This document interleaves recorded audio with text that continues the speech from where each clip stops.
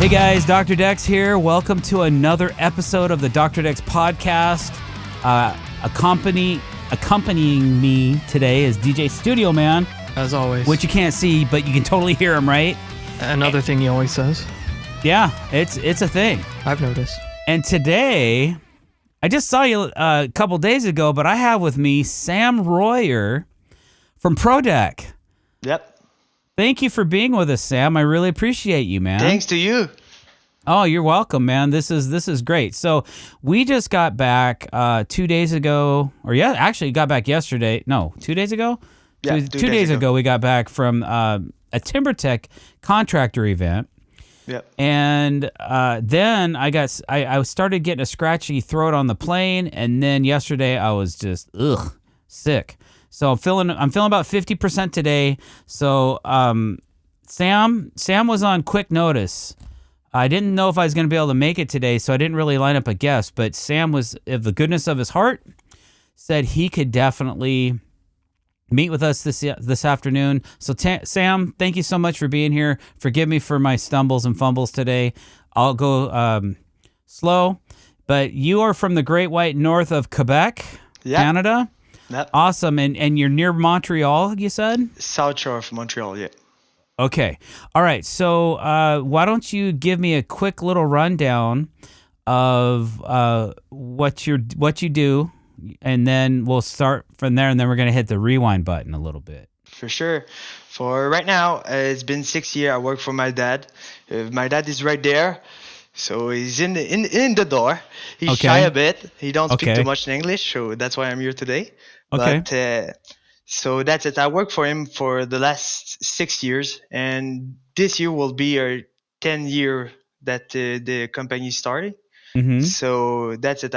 I do like you. I am doing deck, like you with TimberTech, and that's it. So that's what we do, but we don't work as all year because we have winter here. So yeah, it's pretty snowy up there right now. Yeah, huh? a lot of snow. So what do you end up doing in the wintertime when you can't build decks? For myself, I do snow removal. So I'm in the tractor and I do this in the night. So. Oh, really? Yeah. So when you say in the night, like what type of hours are you running in the evening time to do that? 2 a.m. to 5 a.m. in the morning before you leave to work. We need to remove the snow from your driveway. So you're doing mostly residential snow removal, driveway snow removals and things like that? Yeah. So how many accounts do you have that you do that for? I do that for I got maybe 70. Oh, wow. Yeah. Wow, that's actually a pretty large amount of people, right? Yeah, but they're not so big, so so it's quite a bit easy for me. Okay. Oh, that's cool. Yeah. So that's a really aggressive thing. Like you're used to working during the day building decks usually, right? Yep. And then you kind of have to flip your mindset a little bit because you're going from a during the day job to an early morning job. Totally, it's a lot different, but that's why I keep loving doing decks. So because I can do something else that makes me feel comfortable too. So okay, so when you're doing the snow removal, how did you get into that? So last year, my dad was making a renovation, and I tried to work with him inside, and I didn't like too much doing the renovation. So I said I need to find some things to do during winter. So I go try it with a company that's near our house, and I fell in love with the job. That's cool. Yeah. So, and we'll get into this more. I guess, I don't know. It's really interesting to me. So I'm starting to ask you questions, but normally what we do is we talk about you a little bit first. Yeah. So let's do that, and then we'll get into more about snow removal. No problem. And then we'll also talk about deck building, of course. So no problem.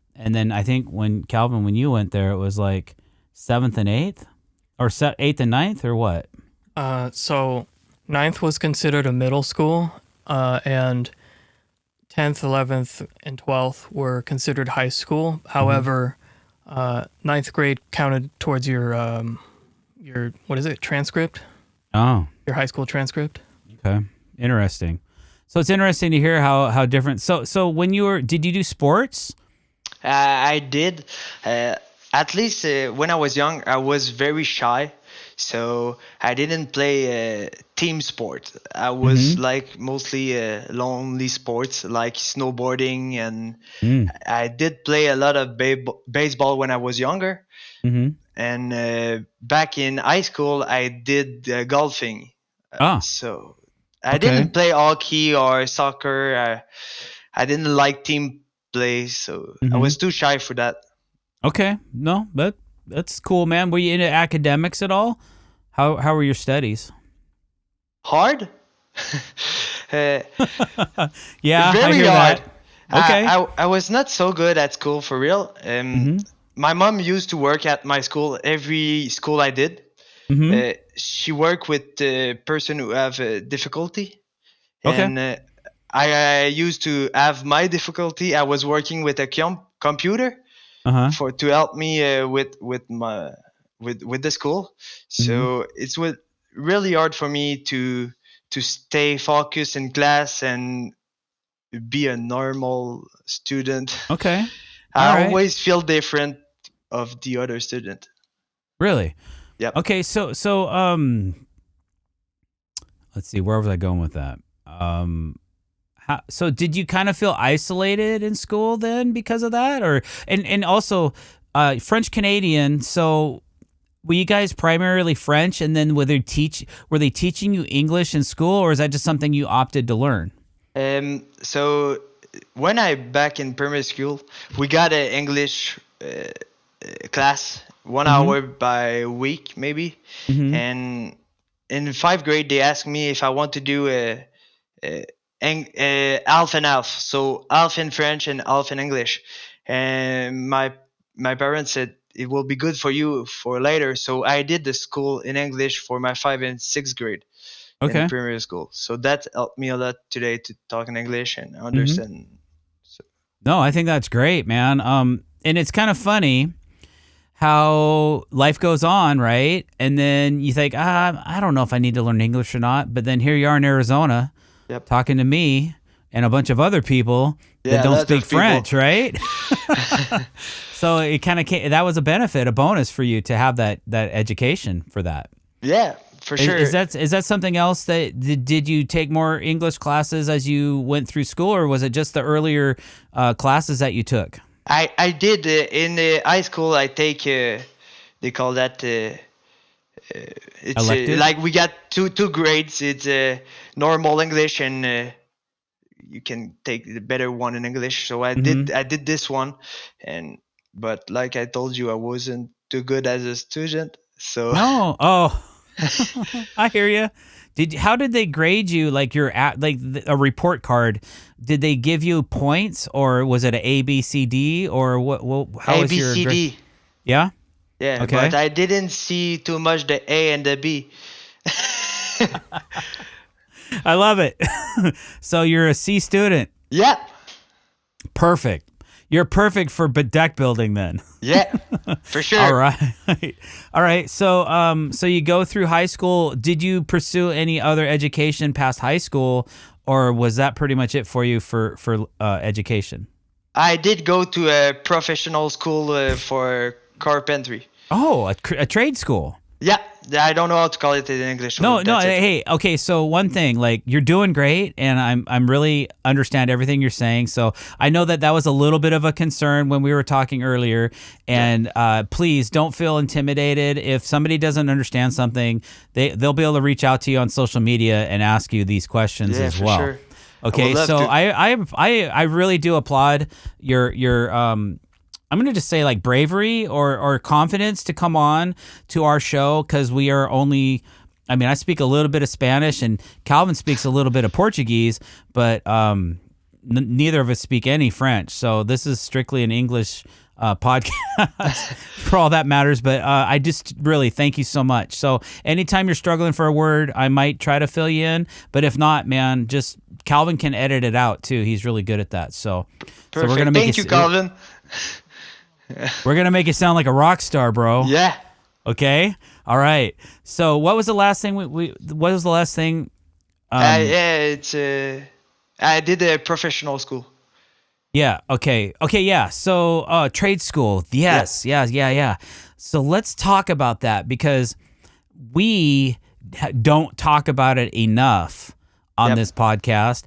And I think it's very important for those up and comers, people that are still in high school, or maybe you're out of high school and you just don't know what to do with your life, and you're just partying with your friends every weekend and you're spending all the money that mom gives you for washing the cars or mowing the lawn. Explain to me that process. Explain to me everything from the day you decided to go to how you applied. Let's get into the nitty gritty so we can give the other listeners an idea of how that works. So I need to keep my words because we got the rewind button to see through too. But when I finished my high school, I did go to professional school. So I was very not sure what to do. Mm-hmm. I want to do mechanic and I want to do carpenter. Mm-hmm. And I decided to go carpenter, and I don't regret it today.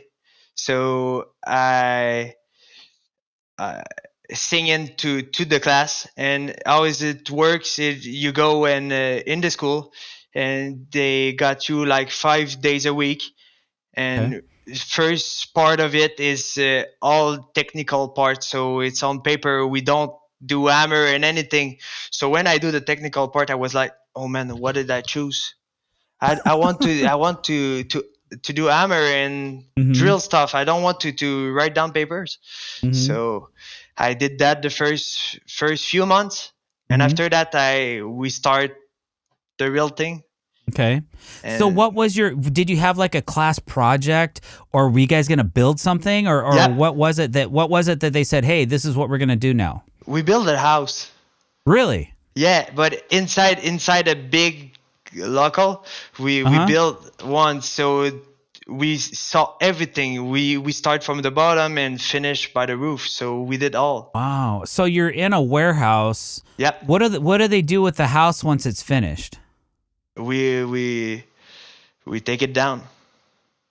Oh, okay. But we take back the stuff to use it again.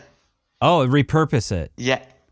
Okay. All right. So let's start from the beginning, man. You do the paperwork. Yeah. You get a C.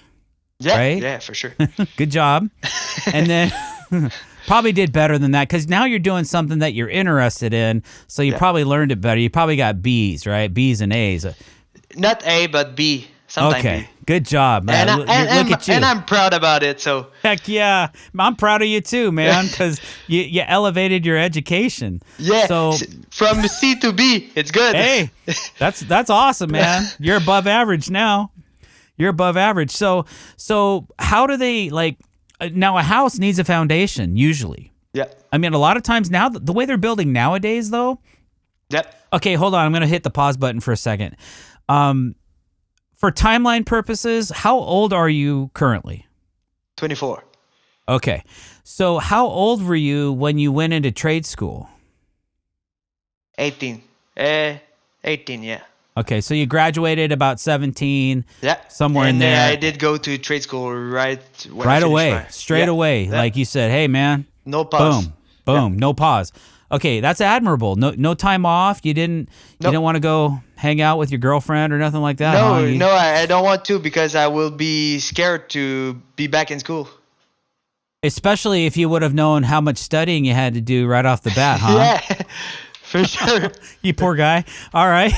So, okay. So now we got a timeline. All right. So, and what year? So if it's 2025 or it's 2026, so it's like right around 2020, COVID-ish?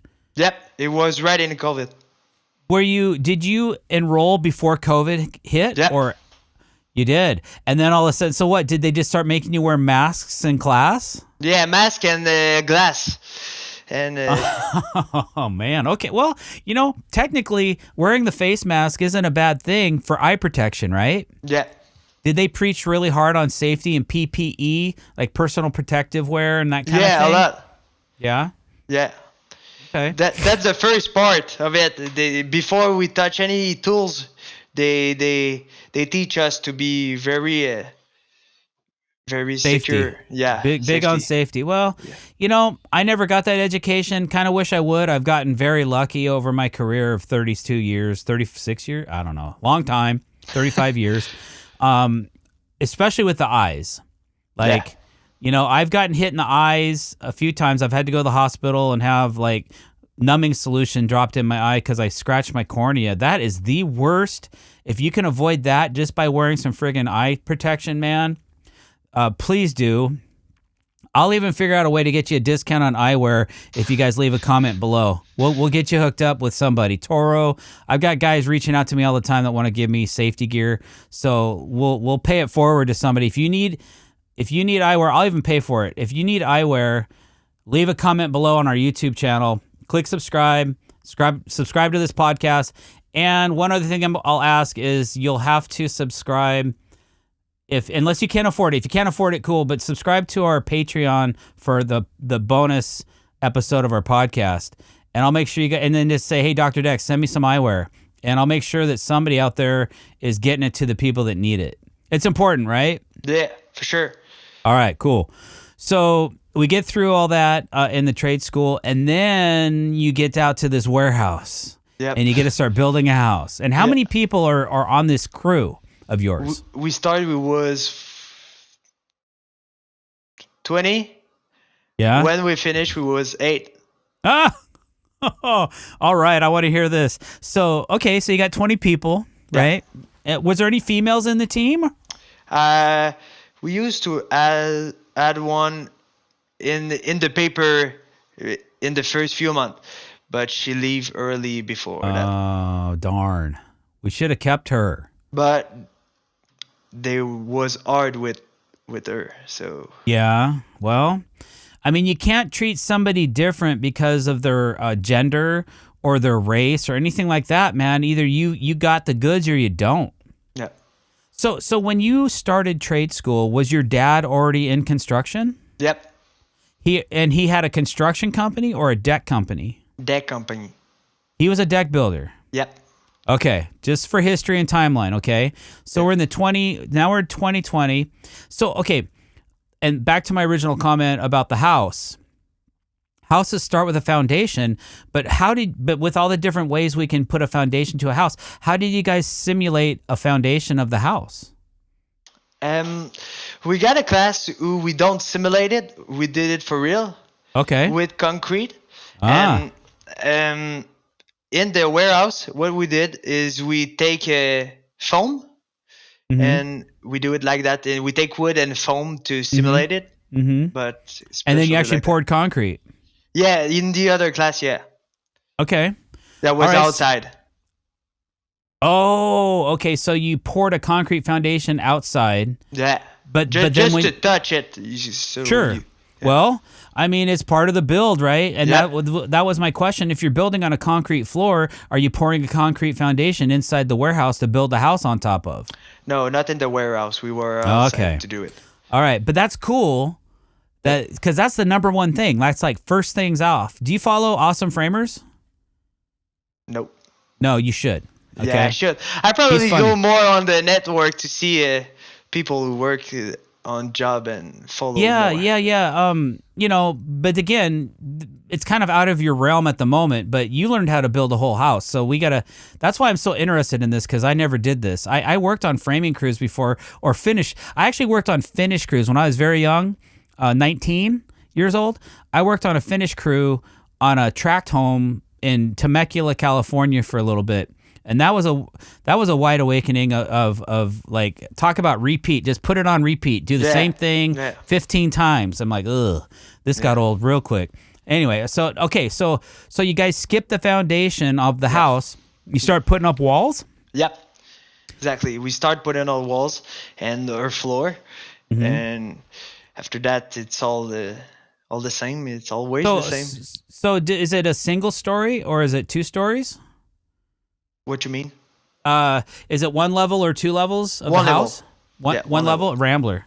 Yeah. Okay, so once you guys get the house framed up, do they simulate plumbing and electrical and all that? Yeah, all of that is simulate, but in the trade school, like they got another section who's called electrician and everything like that. So they used to work in our house too. They come Okay. do the electrician part.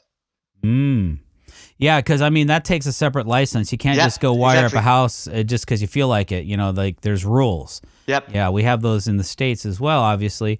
So then once all that rough end's done, then and plumbing and all that, then you guys sheetrock? Yeah, exactly. And after that, we do finishing and floor and And we you're put doing all the windows, Yeah, and stuff. Do you do yeah. that while you're framing, or do you put in the windows before you stand the walls up, or do you put them in afterwards? When you get up the walls, there's a hole in it ready for the window, but you put it like later in the process. Okay, gotcha. And then you side. It's all the siding is done after the walls are up. Yep, we're doing all of that stuff later, but that's the part I prefer. The siding, Yep, and then you have to do the roof. yep, Sheet the roof. yeah, we did. Yep. And then do you guys install the roofing as well? Yep, Wow. but That's pretty cool. they learn us to build the I don't know what to say in English, but the trust. The trusses. Yeah. So you built your trusses instead of having them pre-manufactured. Yeah, exactly. And then did you hoist those on top? Did you guys have a little crane inside of there or something to hoist the No, we trusses? were building it on top. Ah. Right on top. So you're building the trusses in place. Yeah. Oh, okay. Well, that's... It was multiplicated, angle and everything like that. Yeah, that's fancy. Interesting.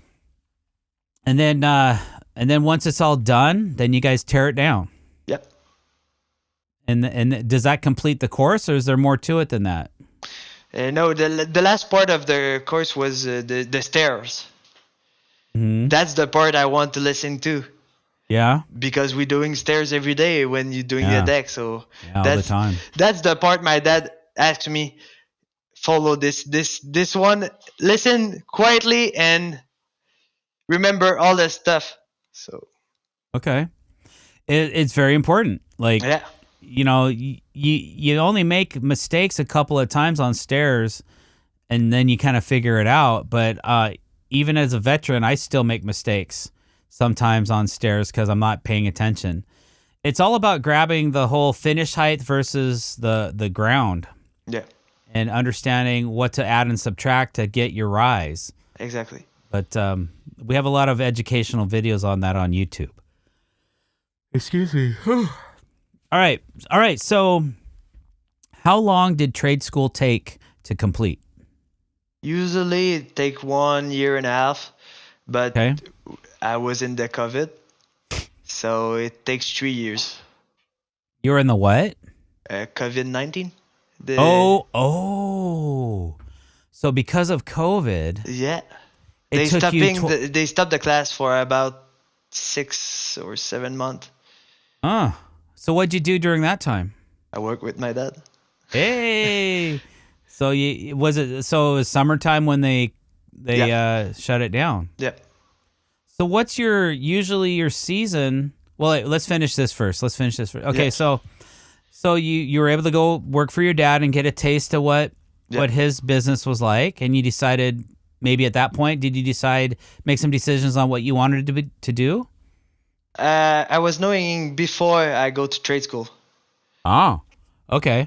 All right. So that's even better. So then after getting a taste for 6 months of building with your dad, knowing you had to go back to trade school, did that cement your decision or affirm your decision that that's what you're going to do? Yeah, because that's why people leave the class, is because they go try on on the site. They go try building stuff, and they never come back to school. Ah. So they was afraid to come back in school. But I did go back because when I start something, I finish it. Hey, So I like that. That's admirable, man. You wanted that degree, that a certificate. yeah, I want the paper. Yeah, the paper, the acknowledgement that you did this. Yeah. I'm with that. I like that. I think that's good because just for giggles, like let's just say, maybe you go some other place or somewhere else and you might get a job somewhere else and say, well, I have this accreditation and here's the proof. It's not something like, I went to trade school, but I didn't finish because of COVID and then blah, blah, blah. So that's pretty cool. So, but it did take 3 years for you to finish trade school because of COVID. Yep. Which is kind of unfortunate, but at least you had something good to do during the shutdown. Yeah.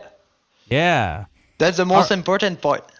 I think so. That was like really putting your skills to work. So was the house finished when they shut down? Nope. No. At all. Oh, okay. Bummer. And when we came back after all this, it was online at first.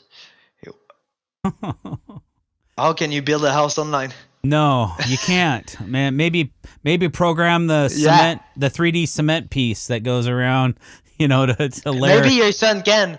3D print. Can you 3D print a house, Cal? They actually are doing that. I know. Yeah, they are. I'll probably see it at World of Concrete. I'll probably be doing some videos about it next week. You did go to World of Concrete? I'm going next week. Yes. In Vegas? Yeah. My dad used to go last year. Oh, you guys should come. We'll go have some American food somewhere. Need to ask him. No, man, that would be a lot to say, hey, come meet me down in World of Concrete. But I'm going down there with Blocklotter and Stabila, and then I'm going to go hang out with some of my friends at some of the tool companies and whatnot. So last year, he went to World of Concrete after the Arizona.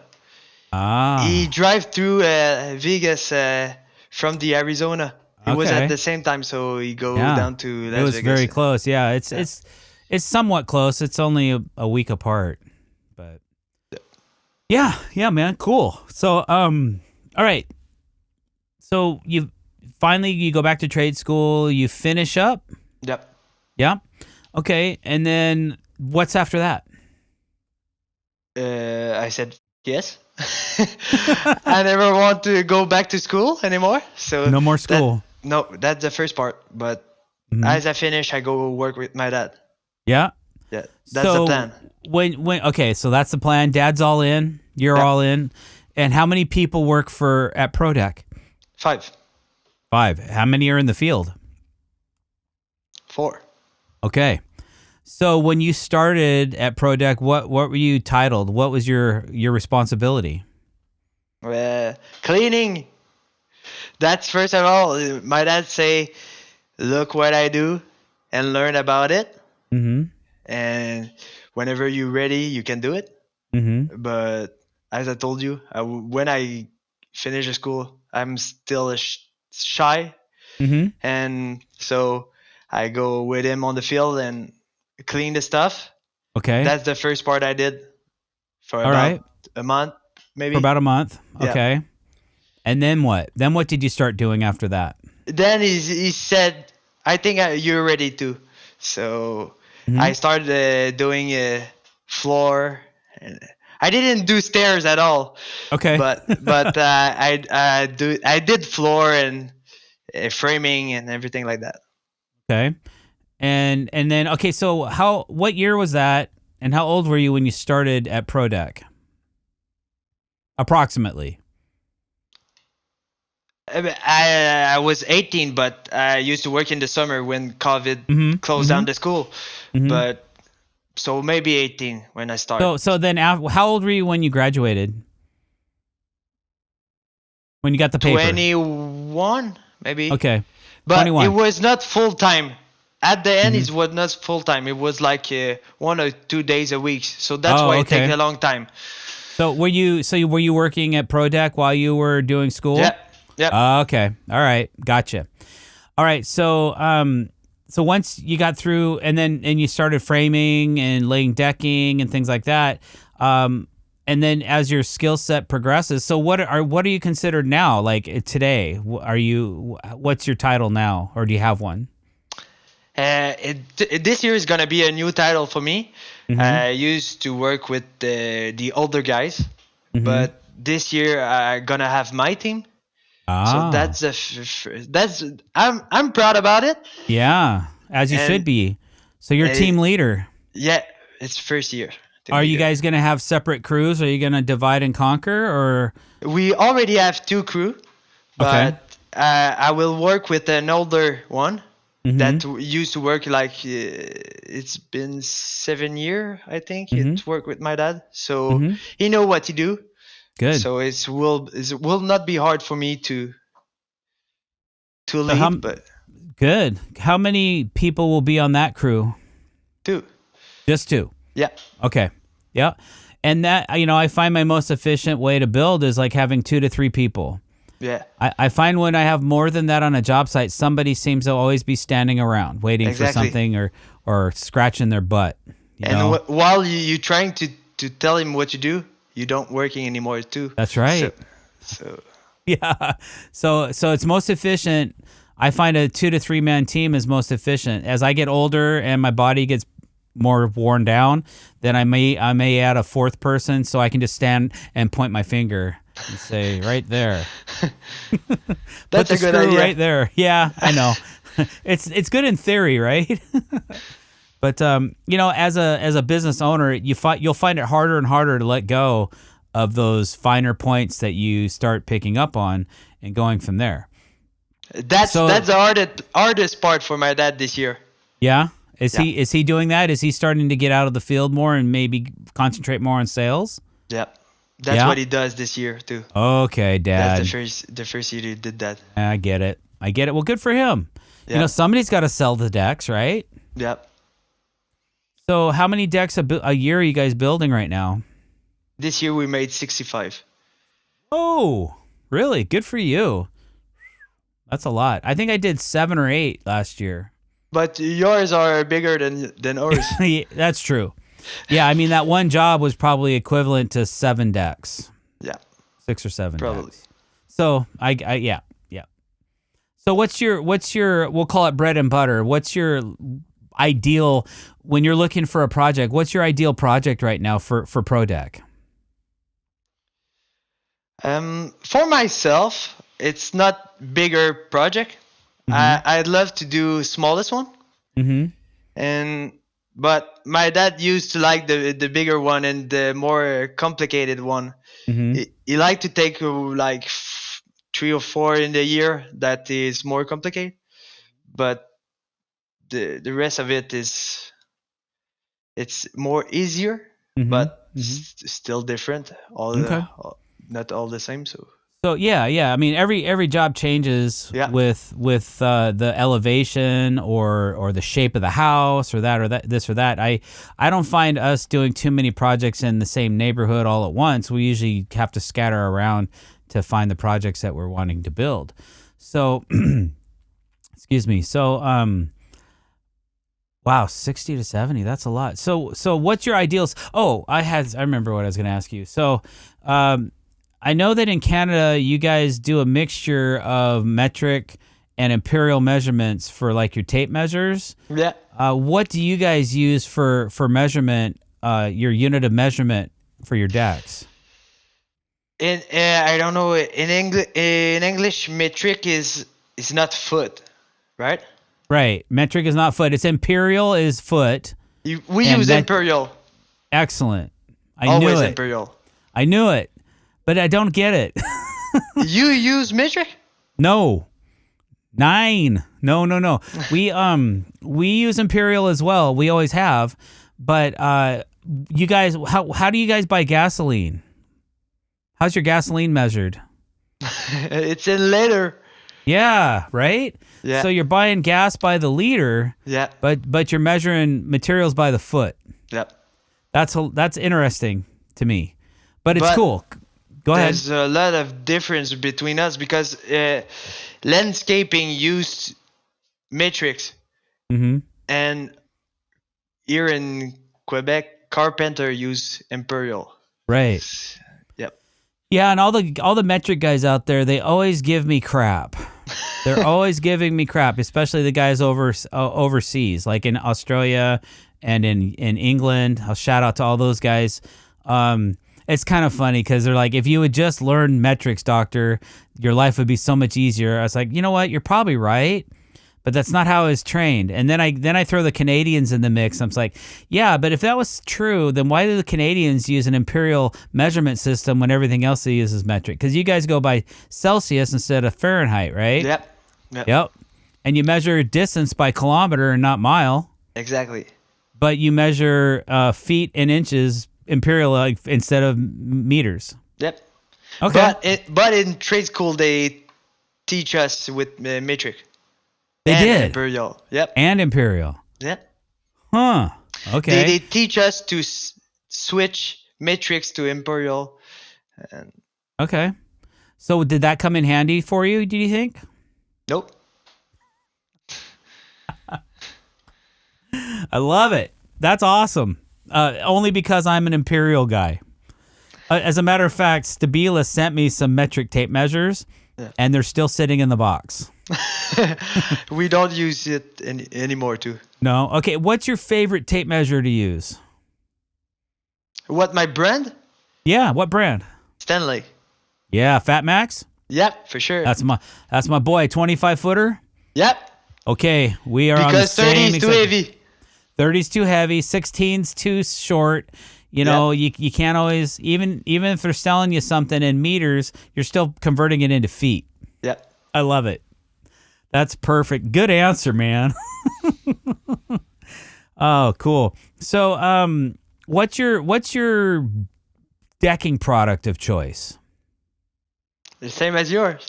TimberTech, AZEK. Yeah, always. Yeah, that's good stuff, man. It's hard to get away from when you find something that you love, right? Yep.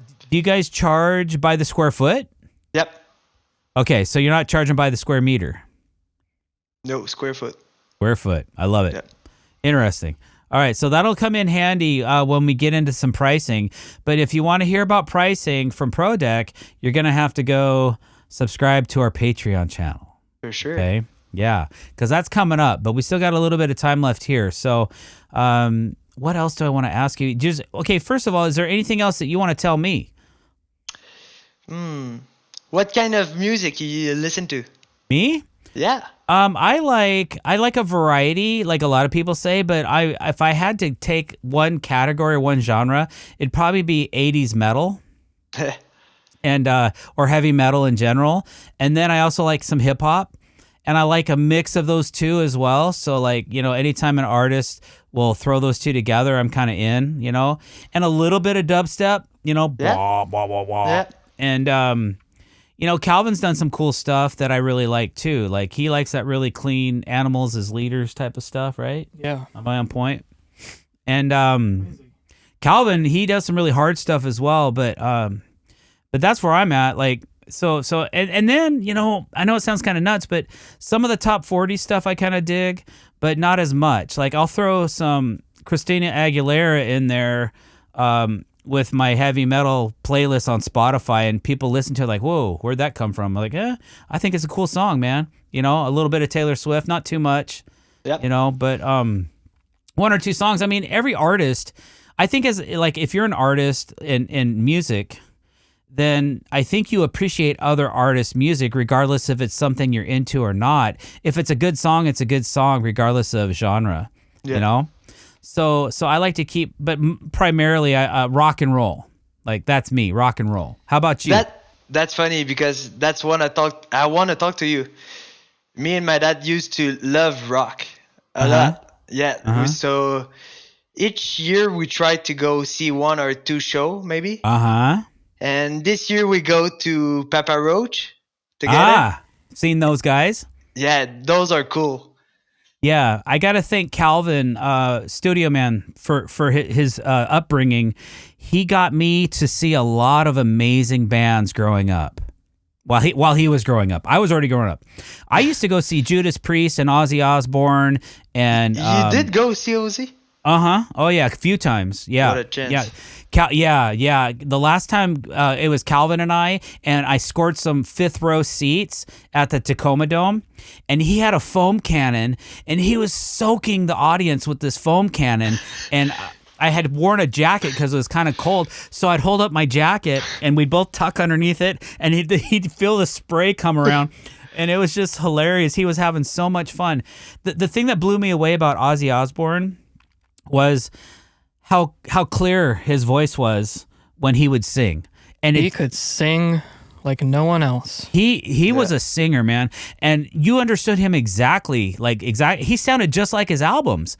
It was amazing. Even the live music that I hear from Ozzy, I'm like, when I was at the concert, it sounded a lot better than this live album that they recorded or whatever. So I really enjoyed Ozzy and all his guitar players. Like I saw him back in the 80s before you were born. So you see him in his prime time. I did with Jake E. Lee. That was one of his. See, I wish I could have seen Ozzy in his very beginning when he was with Randy Rhoads. Randy Rhoads is one of my all-time favorite guitar players of all time, and he was so young. And I know there's a lot more guys with a lot more skills than him, but it was just his style of play and the sounds that he could create with his guitars. Those guys didn't write Crazy Train. Yeah, right. Yeah, and that song's been out for. Yeah, what Calvin's saying is like there's some origination to the song, There's playing technical, and then there's writing a song, and then there's writing Crazy Train. Right. That level of song. Like everything should be gauged off Crazy Train and Eruption, in my opinion. Yep. And so Randy Rhoads resonates with me, and he was a cool dude, man. This little guy that just rocked the guitar, and him and Ozzy. When he died, Ozzy just went off the deep end, man, and nobody knew if he was coming back. But I wish I could have seen those two in concert, and then I caught the early or mid 80s. Mid 80s, he was playing with Jake E. Lee. I saw them in concert. And then when Calvin and I saw him, I don't even know who the guitar player was. But I wish to see his last show, to the beginning with Metallica. And that would have been cool. Ours was with a guy named Gus G. He wasn't really in the band that long, but that was that era. He was pretty good, though. Oh, and then check this out. We went and saw the drummer, the guy that was a drummer on Diary of Madman and Blizzard of Oz. Calvin and I were able to go see him in person at a drum clinic at a local music store that he was on tour. Yeah, it was really cool. I don't remember. Do you remember his name? That is Tommy Aldridge. There you go. He's 70 and he still hits the drums just as hard. Really sweet dude. Cool guy, man. Just really awesome. And think he found still religion. Playing right now? Yeah, he's still playing, I think, right, Cal? Yeah, he did a couple videos recently of him playing some Ozzy stuff, but not like the record, like how he played it, and most importantly, how Randy wanted him to play it. Nice. And he can still just beat the crap out of drums. It's awesome. He's a good showman too. He's really dramatic. But that's why they always be the best. The 80s group. And then another band that we saw, probably one of the most impressive bands I've seen with Calvin, and talk about showman, was Slipknot. For real? Yeah. Those guys. I don't know too much that group. Yeah. I should go see, maybe. They're a little wild. They have some evil music or whatever, but I don't really go to listen to the lyrics so much sometimes as I do to hear the band play. These guys were beating up garbage cans and all kinds of stuff. They have like 9 members to their band, and they have 2 guys that are percussionists, and they just come out with all this bizarre stuff and start beating the crap out of it and making music with it. They got a DJ up there, a kick-ass drummer, and a bunch of really skilled musicians. Unfortunately, some of them have passed away to drug overdoses and whatnot, but they keep seeming to reinvent the band and bringing in these new musicians that are just top-notch. But it's a big production to put up something like that. So, like, if you can catch a few, Calvin and I, we'd go to these festivals and we bring Kiki along sometimes. And I know this podcast is about you, but since you asked, we really did enjoy. And one other band that's no longer, well, I think they are still, one of the coolest bands I've seen too was Static X.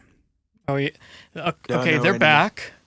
They got a dude who was a friend of the band. Actually, his name is I forgot his name, but he's from the band Dope. Okay. And what they did was their whole concept was, let's revive Wayne as a cyborg. Oh, cool. And then tour again. So this dude dresses up like literally like a cyborg Wayne Static, and instead of hair, he has wires sticking up, and he has red glowing eyes. Man. And On the stage. He just sounds exactly like him. Wow.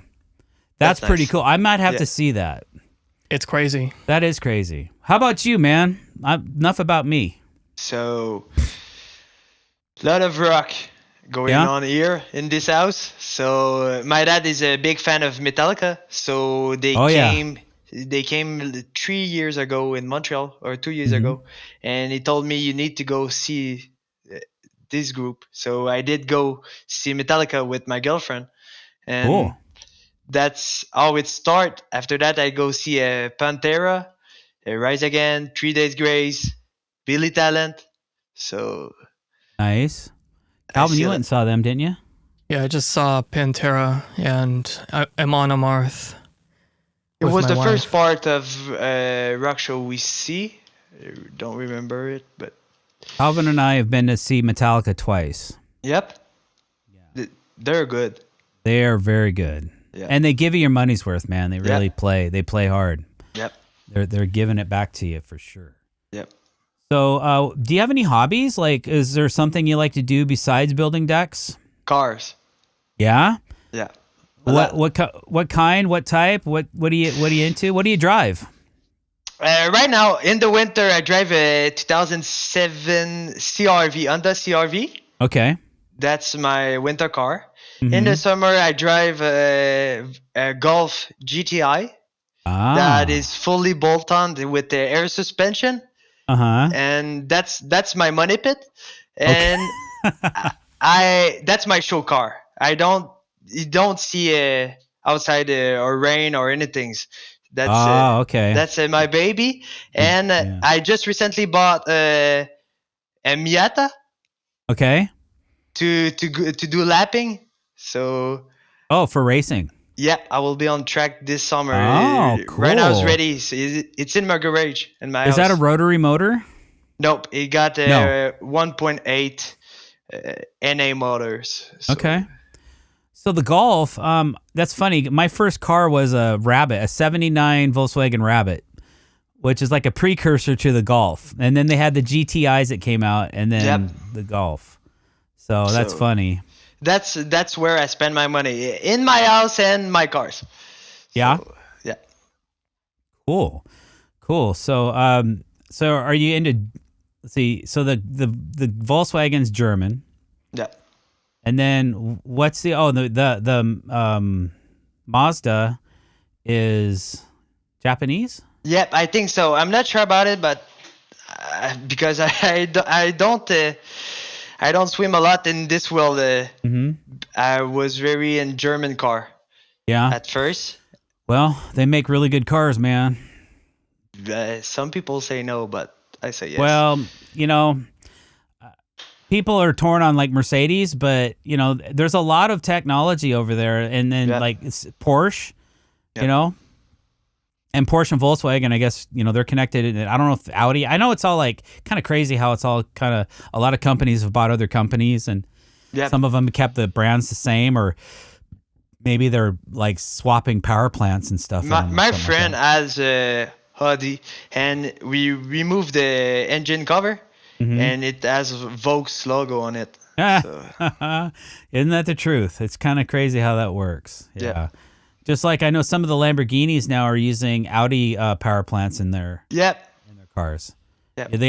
I've been told they are more reliable that way. But I don't got one, so I can't tell you. Yeah, not yet. Yeah, I don't have one yet. I'll let you know in a few years how those Lamborghinis run. Yeah. But not now, not yet. Got to work on their old retirement first. Yep. That's more important. As my body breaks down, I need my bank account to rise. I wish you. Yeah, thank you. So, hey, what kind of tool sets do you like on the job site? Or is there something particular that you use? Are you tied to a brand, any particular brand that you like more? All right, let's hear it. So one team is completely DeWalt. Yeah. That was the first team that be part of the company, Mm-hmm. and my team is Milwaukee all the way. Yeah, you like Milwaukee, huh? A lot because they do mechanical tools too. So Ah, okay. Dual purpose. I like it. yeah, That's cool. So like their cordless technology is pretty good. I mean, I think really when you get down to it, and we've done a lot of videos about this on our YouTube channel, like the battery platform is where you got to go. yeah. So depending on what battery platform you're going with, because each platform that you add to your arsenal is going to cost you several $1,000s in batteries. Yep. And that's the thing. The batteries usually wear out before the tools do. And so you seem to be replacing batteries all the time. So if you're happy with the battery performance and platform that you're on, then it's hard to get away from that. But So, their new one, their Forge, they are to beat. yeah. So, yeah. All right. Well, there you have it. I heard it from ProDeck that Milwaukee is definitely on the charts. I'll be talking to all those guys next week. It'll be interesting to see what's coming out, what's new, and what's available.